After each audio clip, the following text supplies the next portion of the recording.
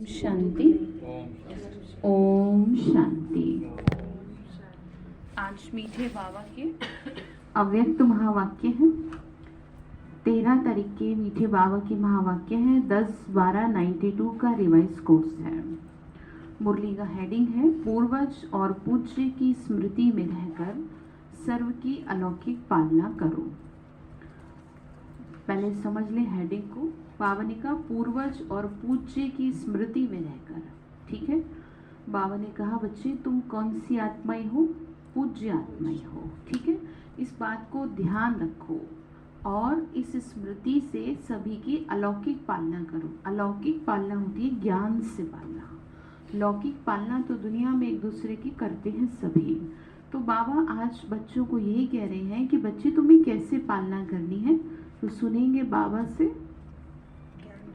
तो आज विश्व रचता बाप अपनी श्रेष्ठ रचना को देख रहे हैं। सर्व रचना में से श्रेष्ठ रचना आप ब्राह्मण आत्मा ही हो। स्वीकारो स्वयं को।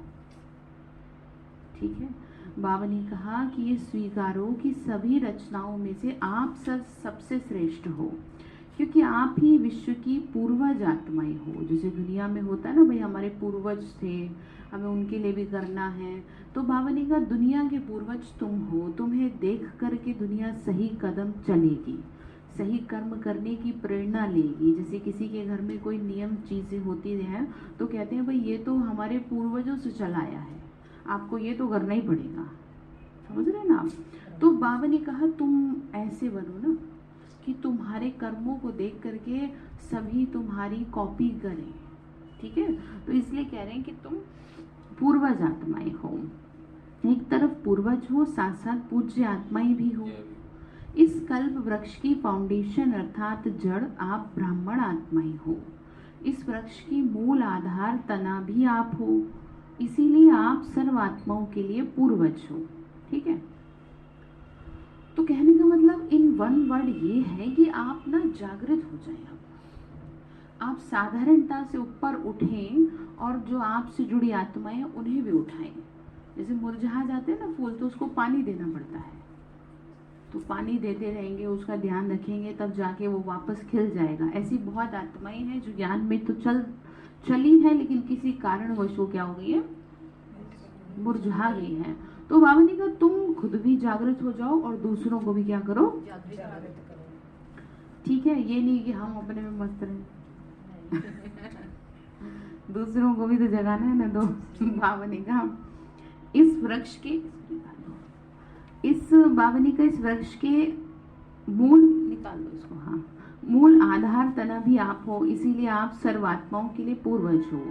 सृष्टि चक्र के अंदर जो विशेष धर्म पिताएं कहलाए जाते हैं, उन धर्म पिताओं को भी आप पूर्वज आत्माओं द्वारा ही बाप का संदेश मिलता है। देखो कितनी सुंदर बात है। बहुत कॉन्शियसली सुनेंगे मुरली को, समझ रहे? पूरा कंसंट्रेशन यहाँ चाहिए। जितनी देर आपका यहाँ कंसंट्रेशन रहेगा, बुद्धि में ताकत भर जाएगी, सारी शरीर की बीमारी भाग जाएगी। आपको ये बंद करवाना तो करवा लो, बंद कर दो भले। तो ठीक है, तो यहीं पर है, तो यहीं रहना। ठीक है तो भाव ने कहा उन धर्म पिताओं को भी आप पूर्वज आत्माओं द्वारा ही बाप का संदेश प्राप्त होता है, जिस आधार से ही समय प्रमाण वो धर्म पिताएं अपने धर्म की आत्माओं प्रति संदेश देने के निमित्त बनते हैं। जैसे ब्रह्मा बाप ग्रेट ग्रेट ग्रैंडफादर है, तो ब्रह्मा के साथ आप ब्राह्मण आत्माएं भी साथी हो। अब इसको अंडरलाइन करें कि आप बाबा के राइट हैंड हो। बाबा कहते हैं मैं अकेले क्या करूं, इतनी बड़ी दुनिया को कैसे बदलूं, तुम्हारा साथ चाहिए। ठीक है, इसीलिए ब्रह्मा को भुजाएं दिखाई बहुत सारी है। तो वो भुजा कौन है? तो इसीलिए जब भी आपका मन उदास हो ना, जब भी आपको लगता है मेरे से नहीं होगा, तो ध्यान करो इस बात को कि भगवान ने आपको अपनी भुजा बनाया है ठीक है, आप उदास हो जाओगे तो बाकियों को कैसे चलाओगे? तो बाबा ने कहा बच्चे आप साथी हो, इसीलिए आप पूर्वज आत्माएं गाई हुई हो। तो मतलब समझ में आ गया, आप भगवान के साथी हो, इसीलिए शिव के साथ शालिग्रामों को पूजा जाता है। लेकिन आप बस अपने आप को बस नॉर्मल समझ रहे हो। दुनिया में भले ही नॉर्मल तरीके से रह रहे हैं, भले ही साधारण वेशभूषा धारण किए हैं, लेकिन आत्मा आपकी साधारण नहीं है।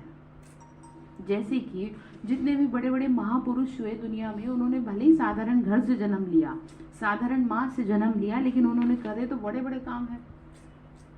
तो उनकी माँ ने उन्हें याद दिलाया तभी तो हमारे माता पिता भी हमें क्या कर रहे हैं, याद दिला रहे हैं। ठीक है, तो बाबा ने यही कह रहे बच्चे आप पूर्वज हो क्योंकि आप मेरे साथ साथी हो।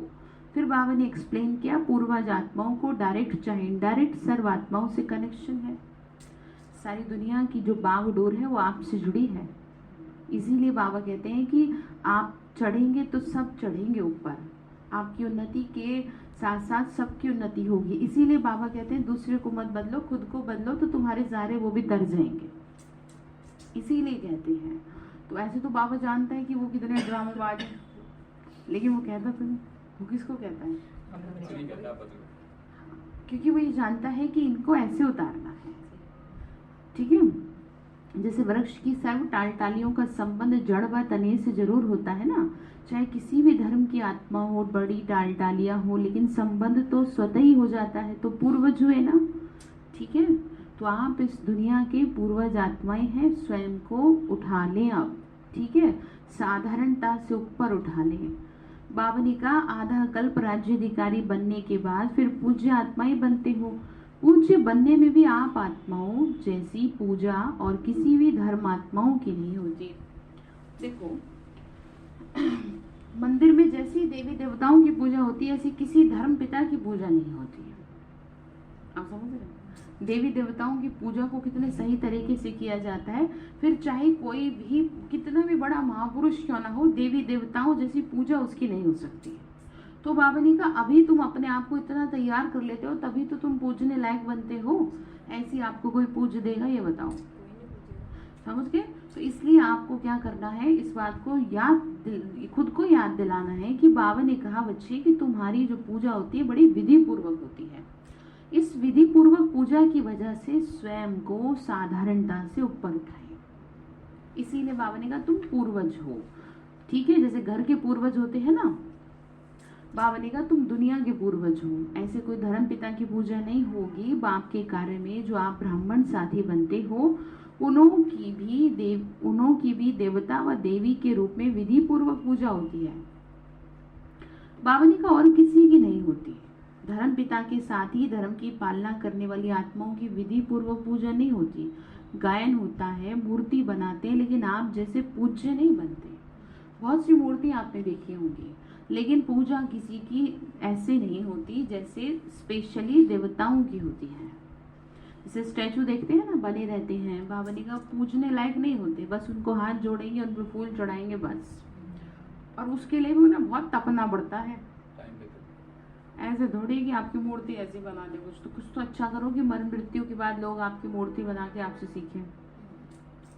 भले जीते जी आपको गालियां दी हो, बाद में भी आपका इम्पोर्टेंस समझ में आ जाए तो भी वो सौभाग्य है।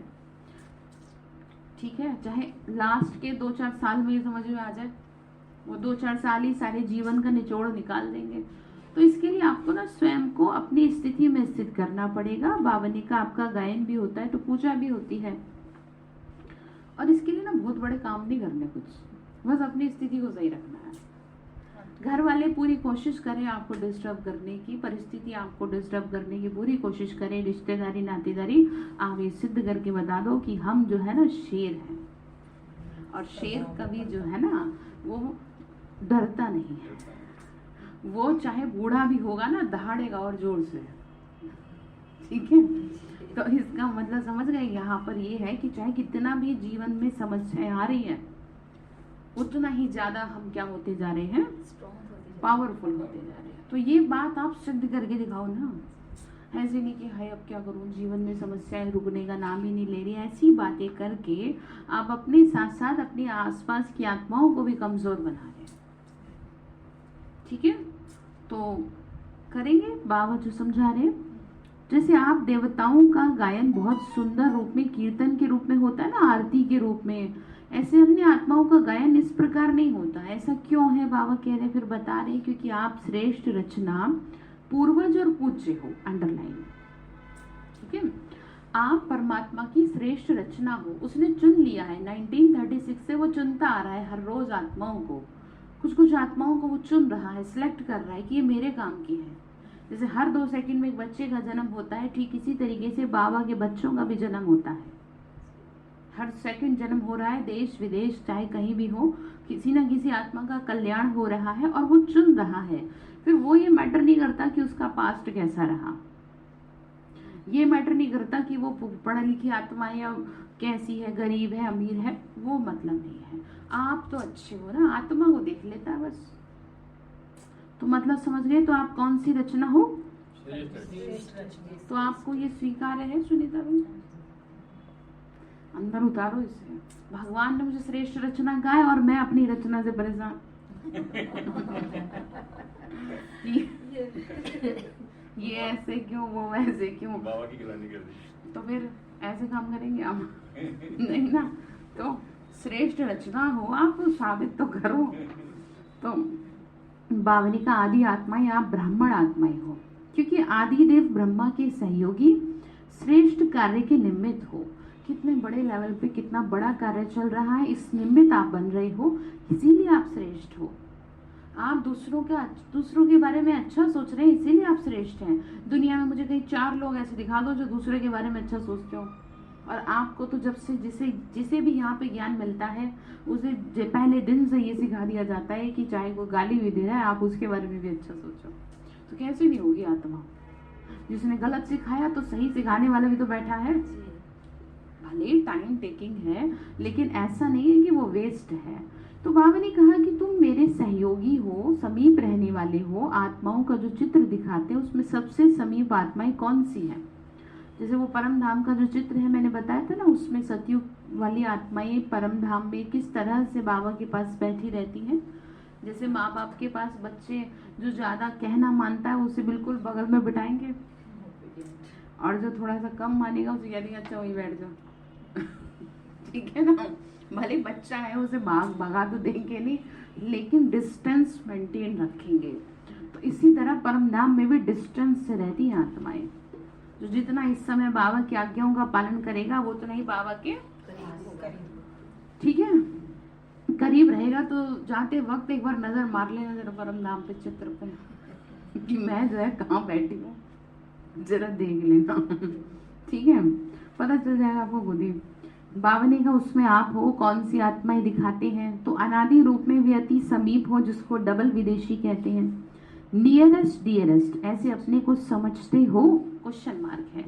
बावनी का तुम मेरे बहुत ज्यादा डियरेस्ट हो, बहुत प्यारे हो।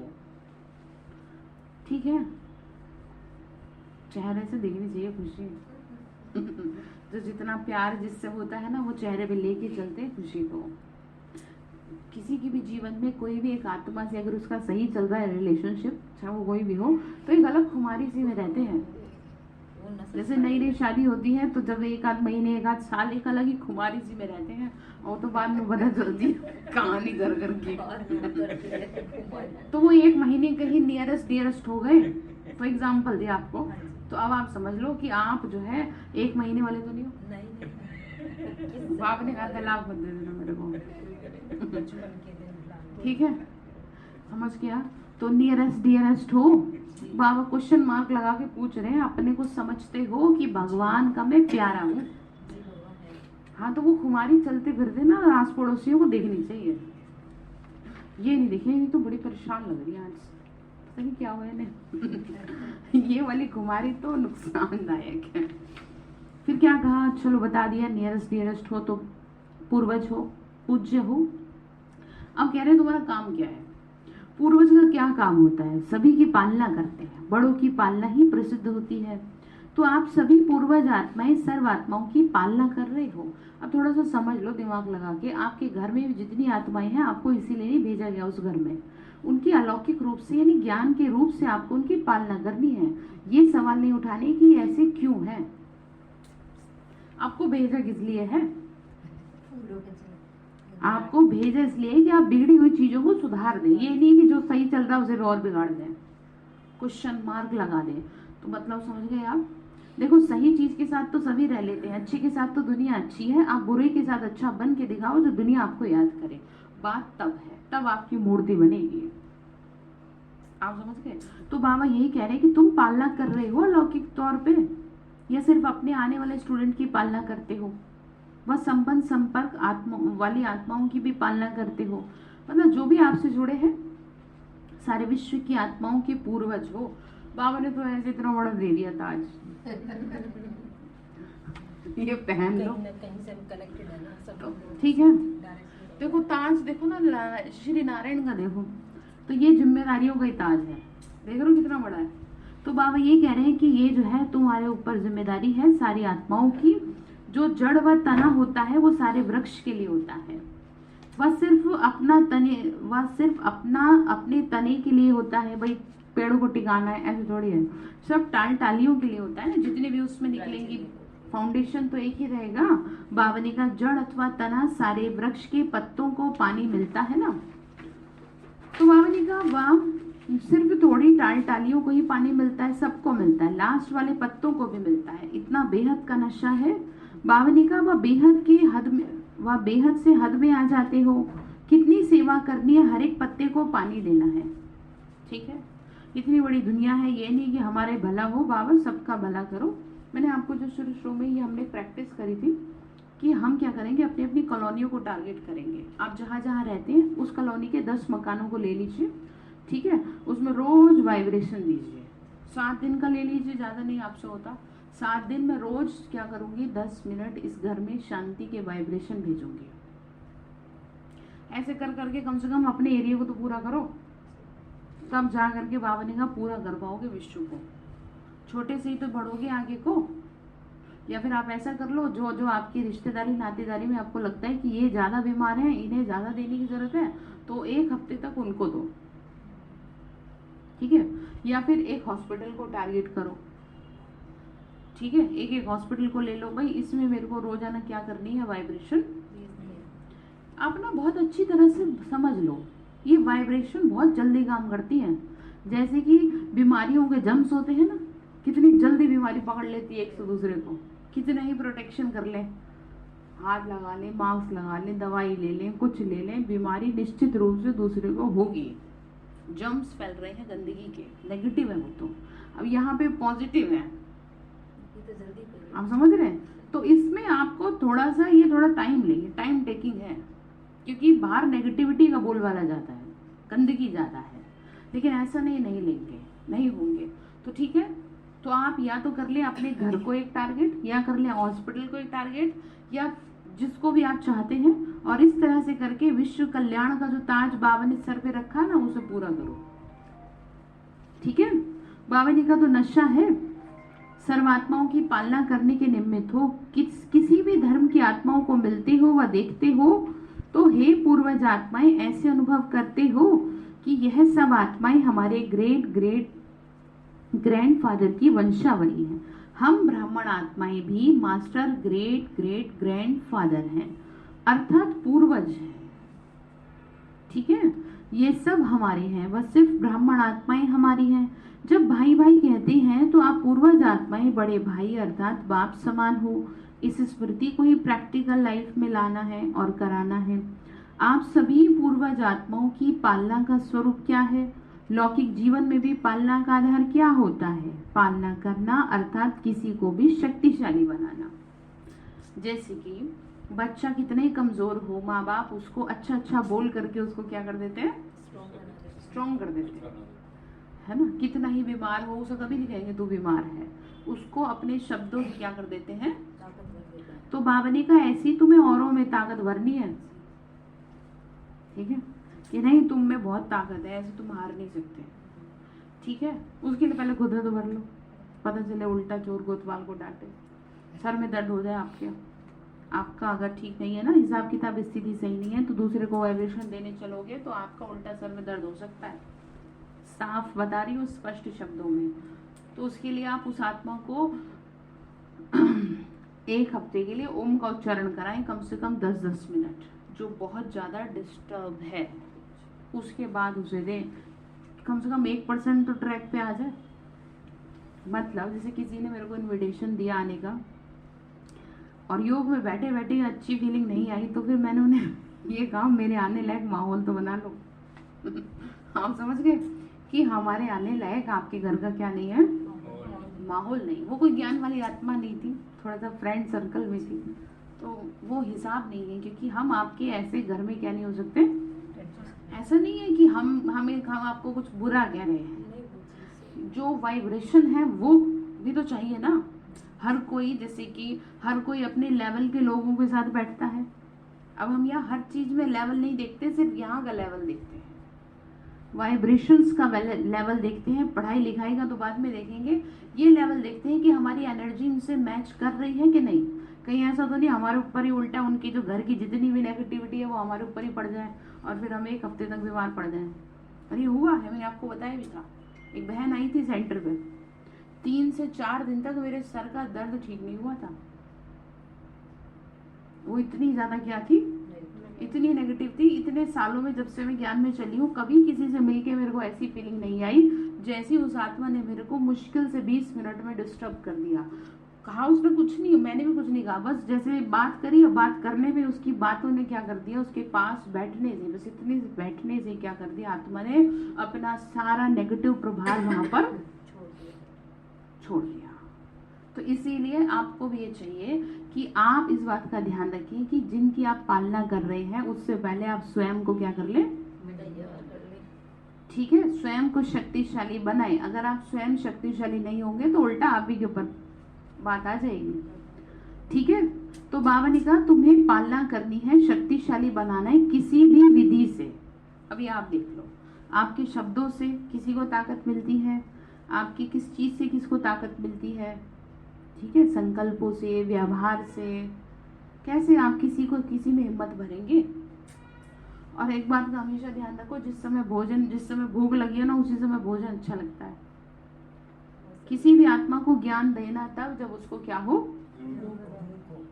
हाँ, नहीं तो ये पानी में बहाने वाला हो जाएगा, क्योंकि इस ज्ञान से अनेक आत्माओं का कल्याण हो रहा है। जो 2 शब्दों का ज्ञान है वो तो हर किसी को दे देना, ज्यादा डेप्थ में किसी को भी बाबा ने कहा तब तक नहीं समझाओ जब तक उसको, ठीक है। तो बाबा ने कहा लेकिन पालना का प्रत्यक्ष स्वरूप, आत्मा में शक्ति, शरीर में शक्ति आती है। तो पालना का प्रत्यक्ष स्वरूप हुआ शक्तिशाली बनाना। आप पूर्वज आत्माओं के पालना की विधि क्या है। अब बाबा ने कहा कैसे करोगे आप दुनिया की पालना। दुनिया समझ गए, जो भी आत्माएं आपसे जुड़ी हैं और जो नहीं भी जुड़ी, पहले उनसे तो फ्री हो जाओ, क्योंकि वही आपके जीवन में आपको आगे बढ़ने के लिए बाधा बनेंगी। जैसे अभी ज्ञान में चलने नहीं देते आपको, तो उनका तो पहले भला करो, उनका तो कल्याण करो, पहले उनसे तो हिसाब पूरा करो, तब जाके तो किसी दूसरे को करोगे। तो बाबा ने का विधि बता रहे हैं कि कैसे करोगे। स्वयं में बाप द्वारा, ध्यान से सुनेंगे, वही जो अभी मैंने 2 मिनट पहले आपको बताइए, स्वयं में बाप द्वारा प्राप्त हुई सर्व शक्तियां अन्य आत्माओं में भरना। पहले स्वयं में भरेंगे। आपको एक संकल्प ले लो, जैसे कि आप मास्टरी कर लो, जैसे कि मास्टरी करते हैं ना, ग्रेजुएशन के बाद मास्टरी करते हैं किसी भी चीज में, तो आप जैसे मैं आत्मा विघ्न विनाशक हूँ, इसमें मास्टरी कर लो और इसका इतना अभ्यास कर लो, इतना अभ्यास कर लो कि फिर आप किसी के 10 मिनट विघ्न विनाशक के वाइब्रेशन भेजे, उसके घर में कभी लड़ाई ना हो। विघ्न विनाशक का मतलब होता है कि कलह कलेश नहीं हो, कलह कलेश मिटे तन का, ठीक है। तो आपको ये चाहिए कि जिस किसी के घर में भी कलह कलेश होता है, लड़ाइयाँ होती हैं, आप इसके लिए पहले खुद में मास्टरी करें, फिर वही वाले संकल्प आप उसके घर में भेजना शुरू करें। एक पे ही टिके रहना, ये नहीं मैं ये भी कर लूँ, वो भी कर लूँ, वो भी कर लूँ, कुछ नहीं होना, फिर फेल हो जाएंगे। जैसे कोई एक बंदा एक बार में एक ही तो पढ़ाई कर सकता है, एक पूरी होगी तब जाके दूसरी करेगा, सीक्वेंस से चलेगा ना। तो यहाँ पे सीक्वेंस आप लें कि एक संकल्प में मास्टरी कर ले। जैसे हमने पवित्रता में मास्टरी कर रखी है, जिसे जो अच्छा लगता है, या फरिश्ते स्वरूप में मास्टरी कर रखी है, तो फिर हम क्या करेंगे, जहां भी जाएंगे, जिस भी आत्मा से जुड़ेंगे, उसको हमारा रूप फरिश्ते रूप में दिखाई देगा। जैसे कि भाई जी बता रहे थे कि वो फरिश्ते रूप में दिखाई दे रहे हो आप। मैंने कहा मुझे तो पता नहीं, तो वो क्या हो रहा है, वो उस आत्मा को कुछ ना कुछ दिव्य शक्ति का बाबा साक्षात्कार करा रहा है। हमारा इसमें कोई रोल नहीं है, पर हम एक संकल्प में स्थित रहने की क्या कर रहे हैं, आज से नहीं बहुत सालों से कर रहे हैं। मैं कभी बहुत सारे सोमान का अभ्यास नहीं करती, बस एक ही का ही करती हूँ और दिमाग ज्यादा पे जाता ही नहीं। तो ठीक है, तो आप करेंगे ऐसे भला, तो ये क्या हो गया, विश्व कल्याणकारी बनना हो गया। मुरली बहुत गहरी है ठीक है, इसीलिए इतना एक्सप्लेन करना पड़ रहा है। तो बाबा ने का पालना करेंगे फिर किस विधि से, ये भी बाबा ने बता दिया। बाबा ने कहा कि उसकी उस समय उस शक्ति द्वारा पालना करना। अब ये जो आपको बताइए बात, जैसे किसी घर में लड़ाई हो रही है, अब कैसे उसको कुछ समझ में तो आएगा ही नहीं, आप समझाओगे तो कम से कम आप अपनी शक्ति तो ट्रांसफर कर सकते हो। जैसे यहाँ जब कोई डिस्टर्ब आत्मा आती है तो हम उसे कुछ नहीं समझाते, पहले उसकी सुनते हैं और फिर उसे शांत करते हैं। वो रोती है बहुत, जो अंदर से दुखी होगी आत्मा, तो सबसे पहले रो के अपना दुख निकालेगी और फिर उसके बाद अपनी शक्ति उसको देते हैं, तब जाके वो धीरे धीरे क्या होती है, हाँ वो तैयार होती है। फिर तब थोड़ा सा बर्तन तैयार होता है जिसमें क्या डाल सके, समझ गए आप। तो ऐसी आपको करना, ऐसी पालना करनी आती है तो पूछ रहे हैं, ये नहीं किए तो नालायक है, इनकी क्या पालना करें, ऐसे नहीं करेंगे आप। ऐसे तो दुनिया करती है, जो पत्थर है उसे ही तो पारस बनाना है। पारस को क्या पारस बनाना, अच्छे को क्या अच्छा बनाओगे, वो तो है ही अच्छी आत्मा। ठीक है, बाबा ने कहा सिर्फ सेंटर की पालना करते हो या सारे विश्व की, सिर्फ प्रवृत्ति की पालना करते हो या विश्व की।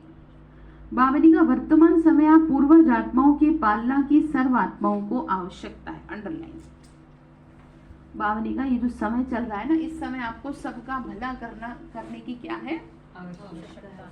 ठीक है, तो भगवान की आज्ञाओं का पालन करेंगे, जो आपको बताया है उसको करेंगे, या ऐसे ही बस कानों पे को टाल देंगे। कानों पे को तो नहीं टालते होंगे वैसे, बाबा की आज्ञा है। बाबा सब रिकॉर्ड कर रहा है, यहाँ फोन में तो हो ही रही है, ऊपर भी रिकॉर्ड हो रहा है सब। ठीक है, तो समाचार तो सब इंटरेस्ट से सुनते हैं कि क्या क्या हो रहा है। अयोध्या की घटना के बाद कई स्थानों में हिंसा के समाचार मिल रहे हैं, लेकिन पूर्वज आत्माओं ने समाचार सुनने के बाद सर्व की पालना की। तो कितनी अच्छी बात है, जो हुआ सो हुआ, उसके बाद क्या कर रहे हैं, हाँ अशांति के समय आप पूर्वज आत्माओं को और विशेष कार्य स्वतः ही हो जाता है, तो हे पूर्वज अपने पालना की सेवा में लग जाओ। ठीक है, तो आज से क्या करेंगे, 7 दिन के लिए नोट डाउन कर लो अपनी अपनी कॉपी में, अपने घर के 10 मकानों को टारगेट करेंगे। लिख लो, भूल जाएंगे जिसके पास नोटबुक है, आप अपने फोन में लिख लो, अलार्म लगा लो, ये बुद्धि में लिख लिया। हाँ जी, हाँ तो घर के साथ साथ और भी तो करो, आप में बहुत शक्ति है, एक पे थोड़ी। अब एक साथ अगर 2-4 लोगों का खाना बनाना आ जाए पड़ जाए तो ये थोड़ी कहोगे मतलब एक की बनाने की प्रैक्टिस है, बनाएंगे ना कॉलोनी का जो एरिया जैसे सेंटर में, हाँ समझ गए आप। तो आपको मुझे रोज अपडेट करनी है कि जी हमने किया है। आज कितनी तारीख है, 13 तारीख है, ठीक है। तो क्या करेंगे, 26 तारीख तक आप ये सारा क्या करेंगे, ये सारा अपडेट करेंगे कि जी हमने देखो सेवा जो बाबा ने संडे की मुरली में कही थी उसको प्रैक्टिकली किया है। आप भी करेंगे, आप उस विशेष आत्मा को करना, समझ गया। उसके घर के आसपास के एरिया वाले लोगों को ले लेना, भाई इनका क्या हो, जो आपको स्वमान अच्छा लगता हो ध्यान रखना। ज्ञान को प्रैक्टिकली करेंगे तभी अंदर उतरेगा, ऐसे तो कथा सुनते सुनते बुढ़ापा आ गया। ठीक है, कब से सुन रहे, तो प्रैक्टिकली चलो। तो फिर क्या कहा कि जैसे ध्यान दो, जैसे अशांति के समय विशेष पुलिस व मिलिट्री समझती है कि अब ये हमारा कार्य है अशांति को शांत करना। अब आप बाबा कह रहे बच्चे डिमांड कर रहा है टाइम आपसे टाइम डिमांड कर रहा है कि अब इन पर्टिकुलर घर में रहने वाले लोगों को शांत करो, ये आपका काम है। इसीलिए तो इतना बड़ा टाइटल दे दिया कि आप कौन सी आत्मा हो, हाँ श्रेष्ठ आत्मा हो, पूर्वज आत्मा हो आप। तो बाबा ने कहा ऑर्डर द्वारा पहुंच जाते हैं ना, और ऐसे टाइम पर विशेष अटेंशन से अपनी सेवा के लिए अलर्ट हो जाते हैं। आप सबने हलचल का समाचार तो सुन लिया, लेकिन सेवा में अलर्ट हुए व सुनने का ही आनंद लिया। अब जैसे कुछ घटना कहीं हो गई, कहीं फलानी जगह कितने मर गए, कहीं बस पलट गई, कहीं क्या हो गया, वो तो बस हुआ। अब आप भी तो कुछ करो ना आत्माओं के लिए, भाई उन आत्माओं को शांति मिले। सुनते ही सकाश दे देते हैं। एकदम ऐसे एक आध दिन से कुछ नहीं होना, कॉन्टिन्यूसली जब तक उन्हें जन्म न मिल जाए तब तक आप देते रहो तो आत्मा को रिलीफ मिलेगा, नहीं तो भटकेगी आत्मा, कष्ट पाती है बहुत। अकाले मृत्यु में जो कष्ट है वो पूरे जीवन का कष्ट नहीं है, वो सारा एक तरफ कर लो, अकाले मृत्यु को एक तरफ कर लो। किसी की खाने की इच्छा थी, किसी की पहनने की, किसी की पढ़ने की, किसी की घूमने की, किसी किस चीज की, सब मर गए। अब वो इच्छाएं कहाँ जाएंगी, वो भटकाएंगे आत्मा को। तो कितने दिन करना चाहिए? कम से कम 7 दिन करना चाहिए, या फिर जैसे 13 दिन की देर में होती है ना, 13 दिन करना तो इस तरह से 13 दिन करो। जैसे कि न्यूज में सुना तो उनकी भी सुनो, हाँ उसके पीछे कारण है, क्योंकि शास्त्रों की अगर हम बात करें तो शास्त्रों में भी क्या किया जाता है, पर्टिकुलर पर्सन के लिए 13 दिन तक कोई या तो कोई दिया जलाएगा या अपने अपने तरीके से जिसके जैसे घरों में होता है उसको पूरा निभाते हैं। तो आप नियम से करो ना, कुछ कर ही रहे हो तो। किसी भी काम को नियम से करते हैं ना तो वो फलीभूत होता है, उसका एक इफेक्ट बाहर निकलता है। ऐसे मन में आया जब कर दिया, या फिर कभी कुछ मूड नहीं था, तबीयत ठीक नहीं थी तब कर दिया, नहीं किया तो उसका असर नहीं पड़ेगा। नहीं, जैसे कहते हैं कि जब तुम्हारे सामने सिचुएशन कोई दिखाई दे, उस समय तो करो, है ना, तो मींस कि तुम्हें वहाँ सकाश देख दी। उस समय तो करना ही करना है, उसको आगे भी तो पूरा करो। उसको कंप्लीट करना 13 डेज तक, क्योंकि 13 डेज पहले वो आत्मा जाती नहीं है हाँ, शरीर लेने के लिए, उसको पूरा करो। क्योंकि अभी देखो दीदी दादियों वाली आपके अंदर, हमारे अंदर शक्ति है नहीं कि जो तुरंत ही एकदम हो जाए, आत्मा का क्या हो जाए, कल्याण हो जाए। हम तो पाँव पाँव चल करके थोड़ा सा खड़े होना सीखे हैं, पका पकाया खा रहे हैं दादियों का, तो हमें तो कितना करने की जरूरत है। और इसमें आपका जाता क्या है, नहीं कुछ आप तो पुण्य कर्म ही जमा हो रहे हैं। तो ये बात समझ में आ गई आपको। तो बावनी का जो हलचल का समाचार तो सुन लिया आपने, तो अपना पूर्वजपन स्मृति में आया कि मुझे इनके लिए क्या करना है, सभी आत्माओं की शक्ति, सभी आत्माओं की शांति की शक्ति से पालना की। अब एक दिन में किसी की पालना होती है क्या? एक दिन में बच्चे को बड़ा कर देंगे आप, उसे तो चलना भी ना है एक दिन में, 13 दिन में भी ना आएगा। 13 दिन में 14 दिन में तो बच्चे को थोड़ा सा आइडेंटिफाई कर पाएगा कि किसके घर में आया हूँ, क्या हूँ। तो बात समझ गए आप। तो ऐसे करना है, तो यही सोचते रहे यह क्या हो गया, वहाँ क्या हो गया। विशेष आत्माओं की ऐसे समय पर सेवा की जरूरत है बहुत। अपनी वृत्ति द्वारा, मनसा शक्ति द्वारा विशेष सेवा की। हाँ जी, क्या कह रहे हैं? वृत्ति द्वारा, मनसा शक्ति द्वारा विशेष आत्माओं की सेवा करनी। हम है विशेष आत्माएं, आप हो विशेष आत्मा। आपको क्या करना है, ये याद रख के उनकी सेवा करनी है, वृत्ति, ठीक है। हाँ, वह जैसे विधि पूर्वक, देखो वही वाली बात आ गई, वह जैसे विधि पूर्वक याद में रहते हो, सेवा करते हो, उसी रीति ही किया ना, विधि पूर्वक, ठीक है। कहा यह जाता है शास्त्रों में भी कि किसी भी आत्मा के लिए अगर आप किसी भी चीज को 13 दिन तक करते हैं ना, तो उसे कोई ना कोई रास्ता मिल जाता है। जिन्होंने शरीर नहीं छोड़ा है उनके लिए भी 13 दिन तक करना चाहिए। बीमार है सब नहीं, फिर तो लंबा करो अगर वो आत्मा तड़फ रही है, नहीं, कष्ट में है। न्यूज में देखा कि हाँ, तो उसके लिए फिर अभी बताया ना आपको, उसके लिए क्या नाम है, कम से कम आप 21 दिन का अभ्यास करो, जब तक उसकी कंडीशन क्या ना हो जाए, स्टेबल ना हो जाए। ये जो 7 दिन 21 दिन बताए जाते हैं ना, ये एक नंबरिंग है और नंबरिंग पावर है। जैसे किसी का कोई 7 दिन फेवरेट तक कलर होता है तो उसकी भी एक इम्पोर्टेंस होती है। जैसे कि नामकरण होता है, भाई नामकरण निकला है बच्चे का, उसी नाम से ही नाम रखना है। तो ये कुछ भी ऐसी नहीं है, ये हर चीज अपने पीछे एक इफेक्ट छोड़ रही है। आप समझ गए?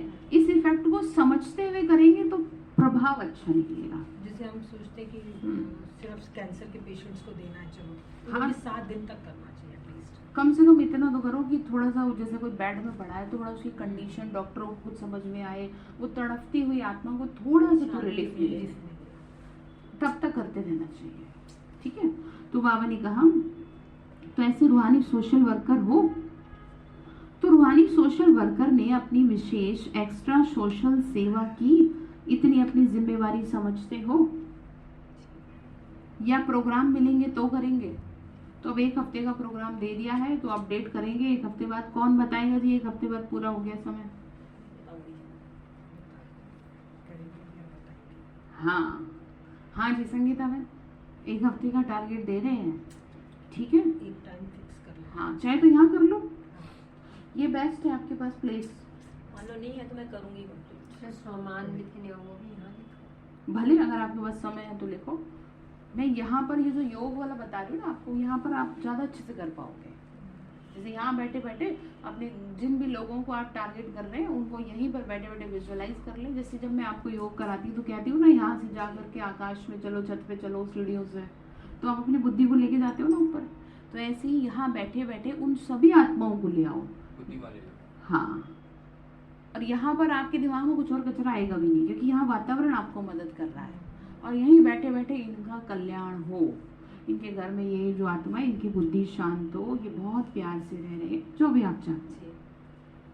इससे बड़ा इस समय कुछ सहयोग नहीं है। लोगों के घरों में महाभारत हो रखे सबके। आप किसी घर में शांति कर देंगे, वो आपको सूक्ष्म दुआएं मिलेंगी और ऊपर से अलग मिलेंगी, क्योंकि वो आया इस काम को करने के लिए। ठीक है, तो जिम्मेदारी समझते हैं आप अपनी? ठीक, या प्रोग्राम मिलेगा तो करेंगे। Very good. 26 तक का। हाँ, ऐसे समय पर सेकंड में अपनी सेवा पर अलर्ट हो जाना चाहिए। तो देखो बाबा कितना खुश होगा कि संडे की मुरली में जो कहा वो हमने प्रैक्टिकल कर। यही आप पूर्वज आत्माओं की जिम्मेदारी है, ठीक है। अच्छा, अभी भी विश्व में हलचल है और यह हलचल दिन पे दिन बढ़ेगी। आप आत्माओं का फर्ज है कि ऐसे समय पर आत्माओं में विशेष शांति की, सहन शक्ति की हिम्मत भरना, ठीक है। लाइट हाउस वन सर्व को शांति की लाइट देना। समझा क्या करना है? अभी अपनी जिम्मेदारी व फर्ज अदाई और तीव्र गति से पालना करो, जिससे आत्माओं को रूहानी शक्ति की राहत मिले। जलते हुए दुख की अग्नि में शीतल जल भरने का अनुभव करें, ठीक है। तो ये फर्ज अदाई कर सकते हो? क्वेश्चन मार्क है। दूर से भी कर सकते हो या जब सामने आएंगे तब करेंगे? तो बस, तो बावली का कर तो रहे हो ना, लेकिन अभी और हलचल तेज होती है तो आपकी सेवा भी तभी तेज होगी। तो समझा पूर्वजों की पालना क्या है? तो पूर्वज समझाया पहले, फिर विधि बताई और फिर काम बताया। 3 बातों पे समझाया है। तो ऐसे नहीं पूर्वज है लेकिन पालना नहीं कर सकते। पूर्वज का काम ही है पालना द्वारा शक्ति देना। ऐसी श्रेष्ठ शक्तिशाली स्थिति द्वारा परिस्थिति को पार करने की शक्ति का अनुभव कराओ, ठीक है। अच्छा, तो दादियों से मुलाकात है। वर्तमान समय अशांत आत्माओं को शांति देना ये सभी का विशेष कार्य है। रहमदिल बाप के बच्चों को सर्वात्माओं के प्रति रहम आता है। रहमदिल क्या करता है? रहम करता है किसी को भी हिम्मत देना, निर्बल आत्माओं को बल देना। तो आत्माओं के दुख व संकल्प तो मास्टर सुखदाता आत्माओं के पास पहुंचते ही हैं। जैसे वहां दुख की लहर है, ऐसी विशेष आत्माओं में सेवा की विशेष लहर चले। देना है, कुछ करना है, क्या किया वो हर एक को सेवा का एक्स्ट्रा चार्ट चेक करना चाहिए, ठीक है। तो जैसे साधारण सेवा चलती है वो चलती है, लेकिन वर्तमान समय वायुमंडल जैसा हो रहा है उस हिसाब से सेवा का विशेष अटेंशन रखो। जैसा बाहर वातावरण हो रहा है बावनी का, वैसी सेवा भी चाहिए बावनी का। इसी से आपकी उन्नति होगी और शक्तिशाली बनेंगे। ऐसी लहर फैलाई है। विश्व के राजे बनते हैं तो सर्वात्माओं के प्रति लहर होनी है। वंचित कोई भी न रह जाए, चाहे अन्य धर्म की आत्माएं हो लेकिन आप वंशावली हो, चाहे कोई भी धर्म की आत्माएं हैं लेकिन जड़ तो एक ही है ना। ये लहर है, नहीं है तो अटेंशन प्लीज, ठीक है। तो सभी का कल्याण की क्या बनना है? ठीक है। अच्छा, फिर पर्सनल मुलाकात है बाबा की, बहुत ध्यान से सुनेंगे। यहीं पर है ना, लग तो नहीं गए? एनर्जी चाहिए पूरी आत्माओं को, ठीक है।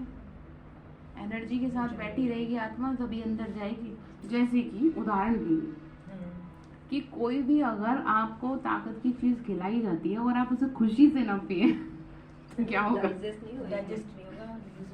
तो आप समझ रहे ना क्या होगा?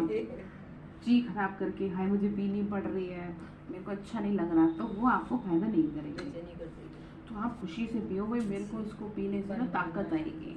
मजा आ रहा है। Very good. Interesting हो गई है। बच्चे बाबा की अबेक मुरली की तो मुरली को ऐसे एकदम थोड़ी थोड़ी जो डाउन हो जाए, बीच बीच में मोटिवेशन भी तो जरूरी है ना। नहीं बाबा, तो फिर क्या कह रहे हैं, अब सुनो, थोड़ा चेंज हो गया ना माइंड अब। खुश रहो। प्यार भी जरूरी है।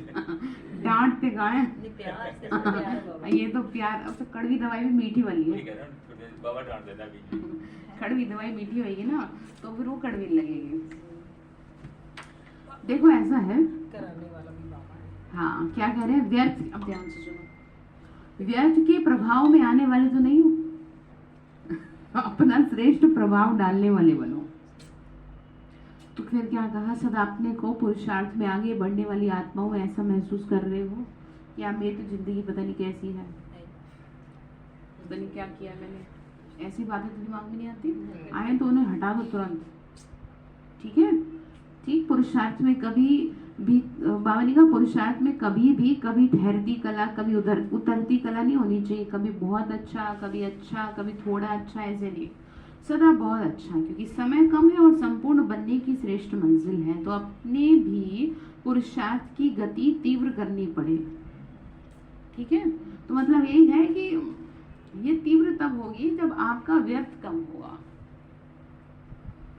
आपका शरीर तब ठीक होगा जब आप सारी चीजों को छोड़ के अपने शरीर पर फोकस करोगे। ये एग्जाम्पल है। ऐसे ही आत्मा को ताकत देने के लिए आपको व्यर्थ से हटना पड़ेगा, तभी उसमें ताकत भरेगी। आप चाह रहे ना कोई काम करना, तो आप हटाओ दिमाग। तो बाबा ने फिर क्या कहा,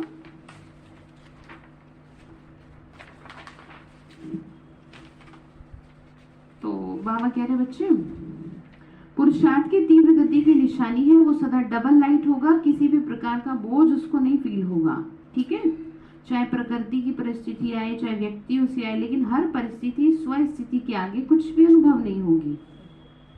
ठीक है, अपने मन को मजबूत रखिए।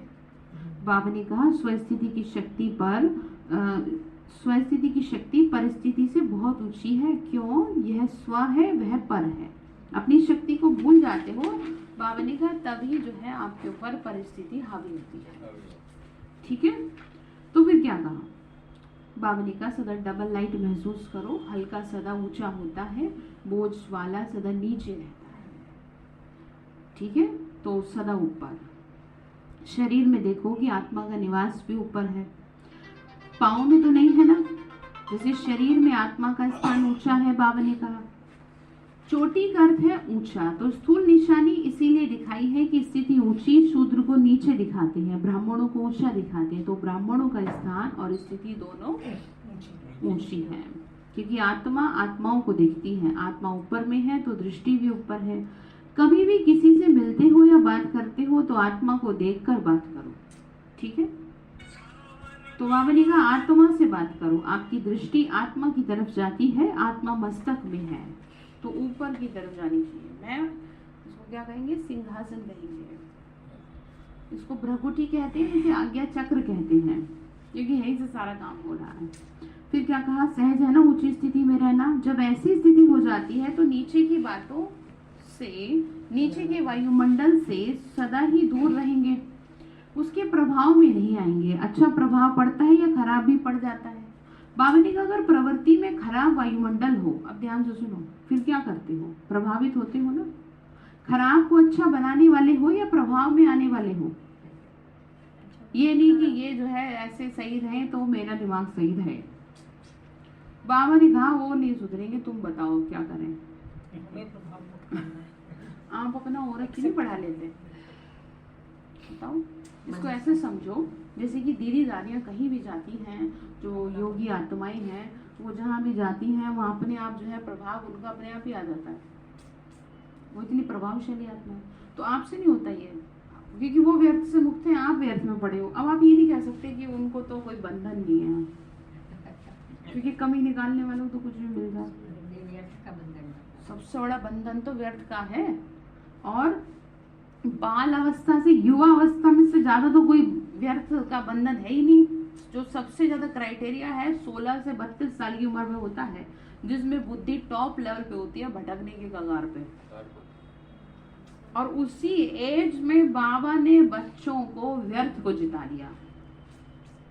अब समझ लो। और सारे यंगे आ रखे हैं, बताओ। वो तो बाबा की सेवा करते करते बूढ़े हो गए, लेकिन आए तो युवा अवस्था में ही, जब बुद्धि भटकती बचपन में, कोई 6 साल में, कोई 8 साल में, कोई 10 साल में, कोई 12 साल में। और बाबा ने कैसे पालना करी, जबकि किसी दूसरे को बच्चे को संभालना कितना मुश्किल है। आपके पास छोड़ दे किसी दूसरे का बच्चा, एक दिन भी ना संभले। और बाबा कितने बच्चों को संभाले बैठा। और देखो सबका जीवन साफ सुथरा रखे है, सबसे बड़ी बात। तो ये किसी इंसान के बस की बात नहीं है। तो ठीक है, तो ये बात आपको इसलिए समझाई गई कि आप अपना प्रभाव बढ़ाएं, और प्रभाव बढ़ाने का सिर्फ एक ही तरीका है, वो है व्यर्थ से मुक्त। जिसका दिमाग जितना शांत है वो अपने साथ साथ उतने ही पावर लेके चल रहा है। ठीक है, जैसे कि दूसरा उदाहरण देती हूँ, दुनिया में बड़े बड़े लोग जो भारत को, देश को संभाले बैठे हैं, वो सिर्फ काम पे दिमाग लगा रहे हैं, व्यर्थ में नहीं लगा रहे। नहीं तो कैसे संभाल लेंगे दुनिया को, भारत को। ठीक है, तो आप संभाल लोगे या नहीं, हम क्या करें, ऐसे करोगे आप? तो खराब को अच्छा बनाने वाले हो या उसी के प्रभाव में? क्योंकि माया भी देखती है कि अच्छा अंगुली तो पकड़ ली है, अंगुली के बाद हाथ पकड़ेंगे, हाथ के बाद पांव पकड़ लेगी, इसलिए प्रभाव में नहीं आना। ठीक है, बात जरा से शुरू होगी कोई, और वो लड़ाई का कारण कब बन जाएगी आपको पता नहीं चलेगा। इसीलिए तो आपको कहते हैं कि सबके साथ उठना बैठना हंसना बोलना रखो, लेकिन किसी के साथ भी अपने इमोशंस अटैच मत होने दो, चाहे वो कितनी ही ज्ञानवान आत्मा क्यों ना हो। प्रभाव में नहीं। आप समझ गए? भावनाओं को जहां आपने जोड़ दिया वहां आप गिरोगे फिर। ठीक है, तो बस प्रभाव में आने वाले तो नहीं हो, श्रेष्ठ प्रभाव डालने वाले हैं। तो ब्राह्मण आत्मा अर्थात सदा डबल लाइट, ऊंचे, इस स्मृति में उड़ते चलो। अच्छा, तो सभी खुश रहते हो, दुख की लहर तो नहीं आती, क्योंकि जो दुखधाम छोड़ चले जाते हैं उनके पास दुख की लहर कैसे आ सकती है? संगम पर सुखधाम और दुखधाम दोनों का ज्ञान है, दोनों के नॉलेजफुल शक्तिशाली आत्माएं हैं। गलती से भी दुखधाम में नहीं जा सकती बुद्धि। सदा खुश रहने वालों के पास दुख नहीं आ सकता। ठीक है, छोटी मोटी बात में दिमाग मत लगाओ, रास्ता निकल जाएगा। आप इसको मजबूत बनाओ, इसको ऐसे करके। ठीक है, अच्छा, सेवा और स्व का बैलेंस रखो, मतलब स्वोन्नति का भी। ऐसे नहीं सेवा में मस्त हो गए तो स्वोन्नति भूल गए। जैसे कि आप घर के कामों में इतना बिजी हो गए हो कि आप अपने शरीर का ध्यान रखना भूल गए हो। ये एक एग्जाम्पल है, लेकिन यहाँ पर जो ध्यान रखना है वो आत्मा का रखना है। ठीक है, सेवा का शौक ज्यादा है, लेकिन दोनों का बैलेंस चाहिए ना। तो समझा, अच्छे चल रहे हैं, लेकिन सिर्फ अच्छे तक नहीं रहना, अच्छे से अच्छा बनना है। अब और बताओ, ये नहीं कि मैं तो बहुत अच्छी हूँ, बाबा क्या कह रहे हैं, अच्छे थे। ठीक है, अच्छा, चारों ओर के सर्व आदि देव ब्रह्मा की मददगार आदि आत्माओं को, सर्व आत्माओं के फाउंडेशन पूज्य पूर्वज आत्माओं को, सदा सर्व आत्माओं प्रति बेहद सेवा की श्रेष्ठ वृत्ति रखने वाली आत्माओं को, सर्व रूहानी सोशल सेवाधारी आत्माओं को बाप दादा का याद प्यार और नमस्ते। रूहानी हम बच्चों की, रूहानी माता पिता बाप दादा को नमस्ते। नमस्ते बाबा, नमस्ते, शुक्रिया बाबा, शुक्रिया बाबा।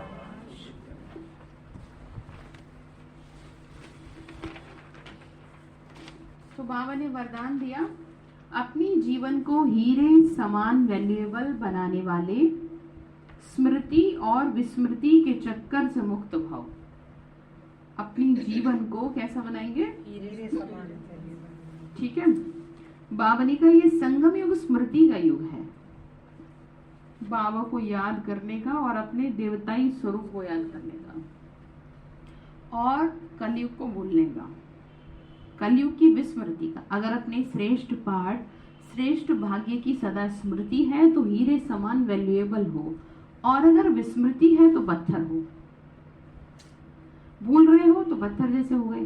तो ये स्मृति और विस्मृति का खेल है। संगम युग के रहवासी कभी कलयुग के चक्कर लगाने नहीं जा सकते।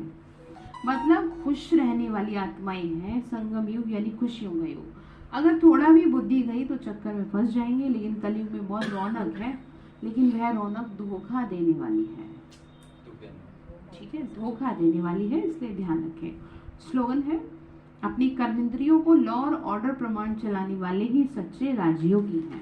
ठीक है, ये नहीं क्या करूं मुंह से निकल गया। पाव ने कहा ऐसे नहीं, आपके कंट्रोल में है आपके सेंस ऑर्गन्स। ठीक है, इसीलिए आप जो है तभी सच्चे राजयोगी कहलाएंगे। तो आज के लिए होमवर्क यही है कि बाबा ने कहा बच्चे याद करो अपने पूर्वज और पूज्यपन की स्मृति को, और सभी की अलौकिक पालना करनी, और जो आपको काम दिया है बाबा ने आज उसको पूरा करना। ठीक है, ओम शांति।